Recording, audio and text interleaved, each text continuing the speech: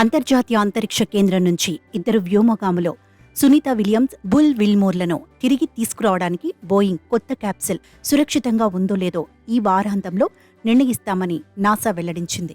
ఈ అంశంపై నిర్ణయం తీసుకునేందుకు నాసా అడ్మినిస్ట్రేటర్ బిల్ నెల్సన్ సహా ఇతర ఉన్నతాధికారులు శనివారం సమావేశం కానున్నారు.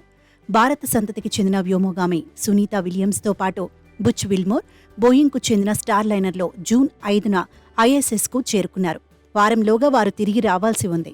కానీ ప్రయోగాత్మకంగా చేపట్టిన ఈ యాత్రలో సాంకేతిక సమస్యలు తలెత్తాయి. వాహక నౌక థ్రస్టర్లలో లోపాలు తలెత్తడంతో పాటు హీలియం లీకేజీ సమస్యగా పరిణమించడంతో అందులో ప్రయాణించడం సురక్షితం కాదని నాసా తేల్చింది.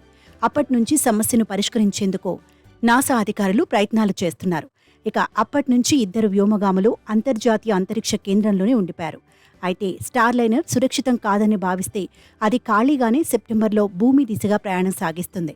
ఇదే జరిగితే వ్యోమగాముల కోసం నాసా ప్రత్యేకంగా స్పేస్ ఎక్స్ క్యాప్సుల్ను పంపాల్సి ఉంటుంది. అయితే అందుకోసం వచ్చే ఏడాది ఫిబ్రవరి వరకు వేచి చూడాల్సి రావచ్చు. ఇక స్టార్ లైనర్ థ్రస్టర్లను గాడిన పెట్టేందుకు కొత్త కంప్యూటర్ మోడల్ను పరీక్షిస్తున్నట్టు ఇంజనీర్లు వెల్లడించారు. దీన్ని సమీక్షించిన తర్వాతే నాసా నిర్ణయం తీసుకోనుందని తెలిపారు. మరోవైపు థ్రస్టర్లను అంతరిక్షంతో పాటు భూమిపై క్షుణ్ణంగా పరీక్షించిన తర్వాత స్టార్ లైనర్ వ్యోమగాములను సురక్షితంగా తిరిగి తీసుకురాగలదని నిర్ధారించామని బోయింగ్ ఇటీవలే వెల్లడించింది. కంపెనీకి ఇది తొలి మానవ సహిత యాత్ర కాగా గతంలో అనేకసార్లు సమస్యలు తలెత్తడంతో ఈ యాత్ర బాగా ఆలస్యమైంది. గతంలో 2 సార్లు స్టార్ లైనర్ వ్యోమగాములు లేకుండానే అంతరిక్షంలోకి వెళ్లి వచ్చింది. అయితే విమానయాన రంగంలో ఘనమైన చరిత్ర ఉన్న దిగ్గజ సంస్థగా పేరొందిన బోయింగ్ వరుస ప్రమాదాలతో ఇటీవలి కాలంలో తీవ్ర విమర్శలెదుర్కొన్న సంగతి తెలిసిందే. 2018, 2019 సంవత్సరాల్లో బోయింగ్ 737 మ్యాక్స్ విమానాలు ఘోర ప్రమాదానికి గురి కావడంతో పలు దేశాలకు చెందిన విమానయాన కంపెనీలు ఆ విమానాల వినియోగాన్ని నిషేధించాయి.